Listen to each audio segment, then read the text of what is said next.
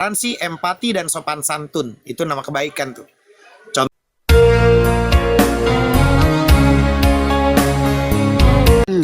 Jadi gini teman-teman. Dalam pandangan kitab hikam, karya Syekh Ibnu Athaillah Al-Iskandari, menjadi orang benar, ahli ibadah, atau orang baik, berakhlak, beradab, memiliki kedalaman makna spiritual, melampaui sekedar perilaku lahiriah. Secara umum, menekankan bahwa kebenaran, batin, keikhlasan, tauhid, jauh lebih utama dari sekedar perbuatan baik secara fisik. Jadi puncaknya itu adalah memandu keduanya tanpa merasa memiliki kebaikan tersebut. Ada detail menjadi orang benar. Arti orang benar tuh shadiq, ahli kebenaran. Makanya ada Abu Bakar Siddiq, kan gitu kan? Artinya orang yang benar, yang selalu membenarkan. Makanya Abu Bakar Siddiq dapat julukan karena ketika Rasulullah pada Isra Mi'raj, maka dia membenarkan Rasulullah, maka disebutnya Abu Bakar Siddiq. Pokoknya yang keluar dari lisan Rasulullah, pokoknya udah Abu Bakar Siddiq tuh udah sami'na wa ata'na, udah. Dia membenarkan. Ya, tapi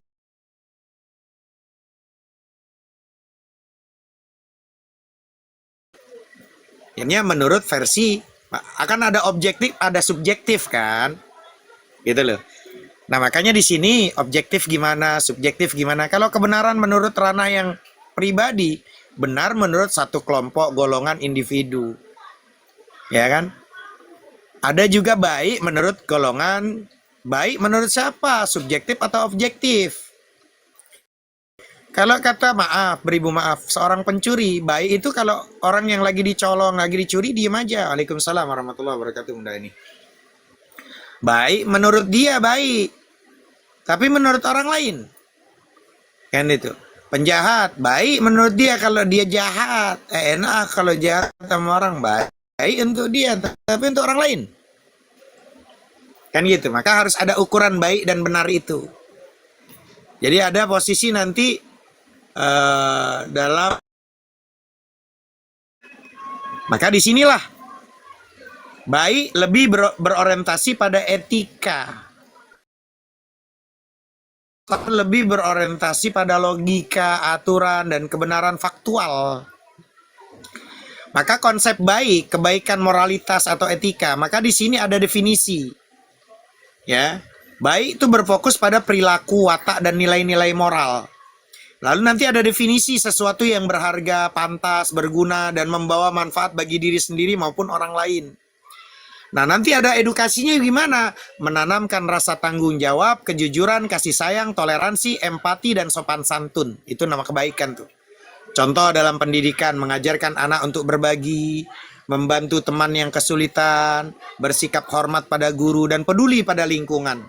Tujuannya apa baik itu? Membentuk karakter mulia dan kesadaran sosial agar individu dapat hidup. Konsepnya bagaimana? Benar itu adalah kebenaran, kaidah, logika. Maka hal tentang yang benar berfokus pada kepatuhan terhadap aturan, validitas, dan juga kesesuaian fakta.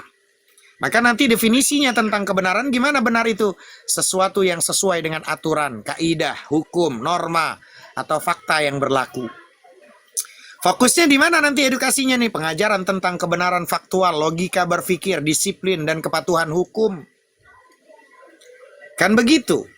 Contoh dalam pendidikan, mengerjakan soal matematika dengan rumus yang tepat, mematuhi peraturan sekolah, atau menggunakan tata bahasa yang baku. Apa tujuannya benar itu? Menciptakan ketertiban, konsistensi, dan validitas rasional. Karena sekarang banyak kitab suci. Bagaimana kebenarannya? Ya harus dari firman Tuhan. Nah, kalau bukan firman Tuhan, apakah masih dikatakan suci? Nah, kan begitu tuh. Benarnya bagaimana nih?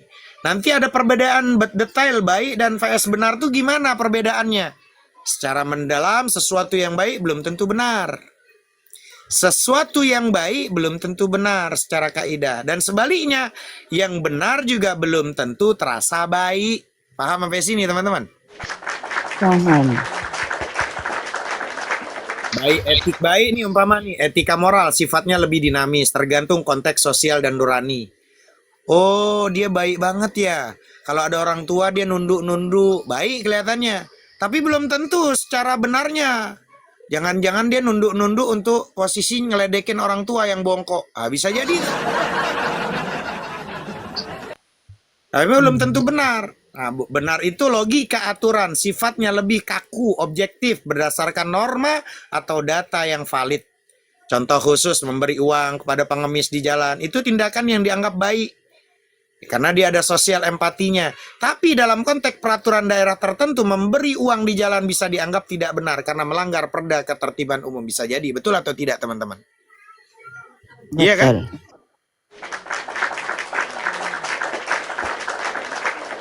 Nanti ada implementasi dalam ranah edukasinya bagaimana? Dalam pendidikan keduanya harus diintegrasikan ya, agar seseorang yang lagi duduk belajar tidak hanya pintar benar tapi juga berkarakter baik. Silakan kalau ada yang menambahkan, mungkin Bunda Rose atau Marji. Lanjut. Sebenarnya kalau menurut saya pribadi secara ini ya, antara baik dan benar itu, atau menjadi orang baik atau benar itu enggak sesuatu hal yang harus kita pertentangkan. Melainkan itu tuh kan adalah integrasi antara perilaku baik dengan kebenaran, antara akhlakul karimah dan as-sidik tadi yang diterangkan Ustadz. Kalau kebenaran itu kan adalah kata lain dari kejujuran batin kita sendiri. Kalau kita menitik beratkan kepada orang yang menjadi benar atau orang yang benar, itu akan melahirkan kebaikan yang hakiki, ihsan namanya. Jadi enggak harus ini, tapi secara detailnya barusan udah dipaparkan Ustadz gitu loh. Karena kalau orang sudah ada kebenaran hatinya,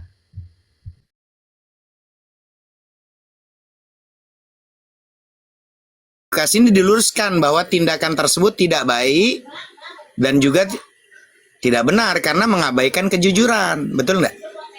Tujuan akhirnya menghasilkan manusia berilmu, benar secara rasional dan berakhlak mulia, baik secara moral, kan gitu. Betul ya Bunda ya? betul itu banget. Berarti kalau dia nyontek itu kan kejujuran batin dia tadi, yang kebenaran itu nggak nemu Ustadz. Berarti kan nggak ada kejujuran. Iya.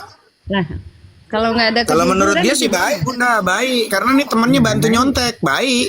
nah itu Pak. Nah, Nyontek ini nggak selalu juga nggak baik, Ustaz. Nyontek itu nggak selalu juga nggak baik. Ada nyontek ini yang baik. Jadi ketika kita sekolah itu nyontek itu tidak baik, Ustaz. Tapi ketika kita berbisnis, nyontek itu bahkan itu yang paling baik. Kenapa? Orang sukses itu bagaimana jalannya? Nyontek dulu. Supaya apa? Dia sudah melalui pengalaman yang makanya dia sukses. Nyontek. Jadi kita nyontek ini dalam konteks waktu bersekolah, belajar, itu tidak baik. Di dalam kita masih bersekolah. Tapi kalau sudah bisnis, itu nyontek itu malah dianjurkan. Jadi konotasinya nyontek itu tidak selalu juga negatif. Ada juga positifnya, tergantung situasi dan kondisi, begitu. Lanjut.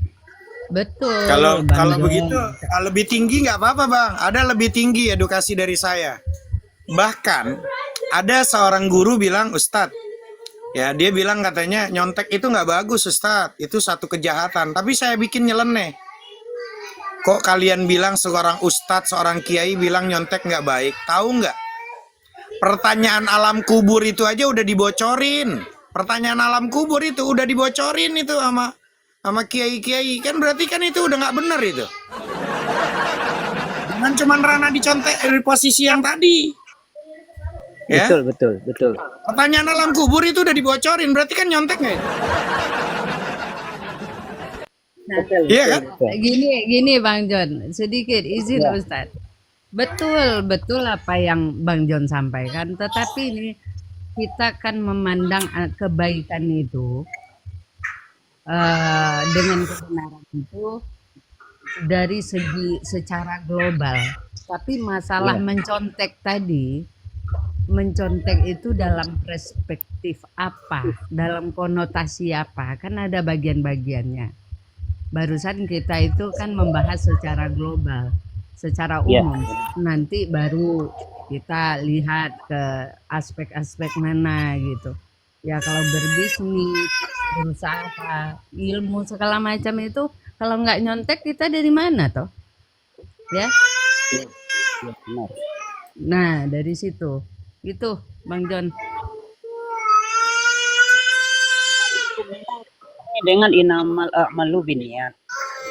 Ada juga di sana niatnya untuk apa? Kalau niatnya baik, nyontek untuk seperti bisnis, untuk lebih maju dan meniru orang yang lebih maju, itu konteksnya itu niatnya niat yang baik. Tapi kalau nyontek di sekolah memang tidak bagus itu. Kenapa? Karena pemalas. Lanjut.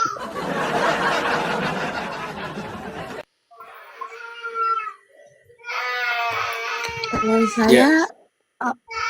saya punya different perspektif, pandangan yang berbeda, Ustadz. Menurut pandangan saya, menjadi benar karena kebenaran itu memiliki nilai mutlak, maka akan sulit menjadi orang benar. Contohnya, kenapa kebenaran memiliki nilai mutlak? Kebenaran yang kita jalankan akan memiliki apapun bentuknya tetap merupakan kebenaran. Contohnya, ketika seseorang melakukan suatu tindakan kejahatan, ketika bukti yang dicari, walaupun itu bukti kejahatan, akan menjadi bukti mutlak bahwa dia benar melakukan kejahatan. Ketika dia terbukti melakukan kejahatan, otomatis dia akan menerima punishment atau hukuman. Ketika hukuman itu secara humanize, kemanusiaan dirasa kayaknya tidak seimbang nih, kayaknya seperti ini. Tapi ketika itu menjadi sebuah hukum yang nilainya mutlak, itu akan bisa diterima. Biarpun kebenaran atas kejahatannya menghasilkan hukuman bagi dia yang dirasa orang tidak adil. Tapi di sini kebenaran tetap ditegakkan, walaupun dari sisi pembuktian atas suatu kesalahan. Itu kalau dari sisi kebenaran, menurut pendapat saya. Sedangkan kebaikan itu memiliki 3 unsur fundamental, unsur yang tidak bisa dilupakan. Ketulusan, penerimaan, dan kebenaran itu sendiri. Ketika kita melakukan tindakan atau kita memiliki kebaikan di dalam hati kita, kita akan memiliki keikhlasan untuk melakukannya. Di mana ketika kita melakukan keikhlasan, kita tidak pernah meminta kebalikan atas apa tindakan kita. Kebenaran yang diterima karena suatu kejahatan, kita akan lebih memilih untuk, oh iya, dia masih punya keluarga, masih punya ini. Akhirnya kita dalam kebenaran itu melakukan titik di mana kita bisa lebih meringankan. Walaupun itu tidak benar sebenarnya secara hukum mutlak. Kemudian penerimaan, ketika kita melakukan baik, menjadi orang baik dengan ketulusan dan dengan kebenaran, apapun yang terjadi di dalam hidup kita, kita akan ikhlas, kita akan menerima semua itu dengan keikhlasan, tanpa bisa protes, tanpa berani protes, karena kita tahu apa yang kita lakukan. Itu menurut saya sih, Ustadz. Monggo. Karena gini, nanti kalau seumpama kebenaran itu jatuhnya mutlak, kadang gini dalam rumah tangga nih gitu loh. Seumpama nih ada Sri, Indah, Katrina, Tiara gitu kan, Hera, Ani, ya kan. Tiba-tiba dia umpama nih, dia seorang istri, hitam nih kulitnya. Terus kita bilang, Tem, sini lu tem. Bener itu. Cuman kemana itu kalau kayak gitu? Dan Bener gitu kan. betul. Tapi kan nggak baik juga kan jatuhnya. Masa mentang-mentang ibaratnya bininya hitam dipanggil tem, kling gitu kan. Lutung. Nah itu bahasa. Ya kan? Nah ini kadang edukasinya di situ. Benar tapi harus dengan cara yang baik gitu loh. Wahai manis gitu kan. Kalau posisi bolong-bolong tapi cening gitu kan. Walaupun memang hitam tapi manis. Nah itu posisi yang memang benar. Tapi juga kayaknya kalau nggak perlu juga lah. Masa ya mentang-mentang ibaratnya bininya gemuk gitu kita panggil drum sini lu drum. Nah itu kan nggak baik juga tuh kadang tuh. Ya kan? Nah, ketawa dah lo yang jadi drum dah tuh. Gitu kali Margi, gimana tuh? Coba Bunda Rose. Nah, kadang agak repot juga kan edukasinya bener itu. Bener sih hitam kulitnya, masa tapi mah bininya panggil tem sini lu tem. Nah, masa dipanggil tem bikin kopi apa tem gitu kan? Masa kopi bikin kopi kan gitu.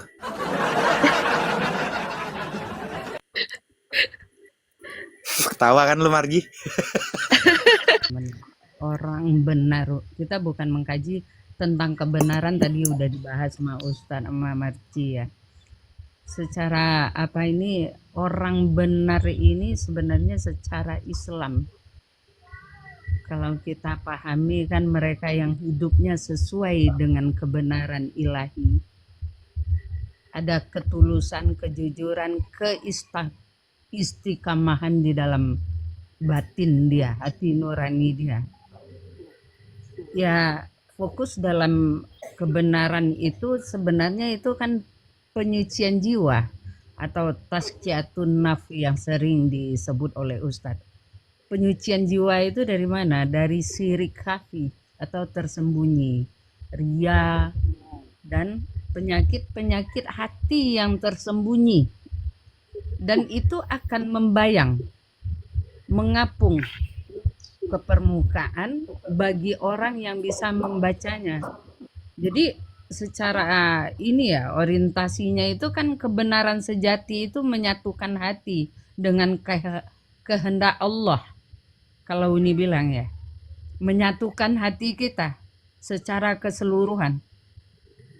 Seseorang yang benar akan secara otomatis berbuat baik karena tindakannya merupakan apa ya, manifestasi dari sifat-sifat Allah yang ada itu. Dia praktekkan di dalam dirinya, dia wujudkan di dalam dirinya, dalam perilakunya sehari-hari. Jadi kalau kita gali lagi lebih dalam secara agama kita Islam, itu sangat-sangat dalam maknanya. Tapi yang paling penting itu adalah penyucian jiwa itu, dan Ustadz sering itu menyebut tazkiyatun nafs itu kan penyucian jiwa itu. Dan kita hari ini banyak menyimpan penyakit hati yang tersembunyi di dalam diri. Hanya kita yang tahu. Orang nggak ngapa-ngapa, nggak kenal lama kita, nggak ini segala macam, tapi disirikin, diiriin, dicemburuin, kan aneh. Nah ini yang harus kita ini agar mendapatkan suatu kebenaran yang jujur dari hati nurani. Kejujuran batin itulah yang disebut dengan kebenaran. Nah udah sampai nggak kita itu? Makanya itu perlu cermin bagi kita masing-masing, cermin diri yang akan menumbuhkan kesadaran diri kita masing-masing. Itu, lanjut yang lain. Dan saya tadi kan bilang tuh, pernah 2 hari yang lalu sampai tadi pagi juga, bila dirimu belum menemukan orang yang dengki kepadamu, ketahuilah bahwa kamu itu adalah manusia yang gagal. Betul sekali. Jadi bila diri kita ini, teman-teman, belum menemukan orang yang dengki sama kita, ketahuilah bahwa dirimu itu adalah manusia yang gagal.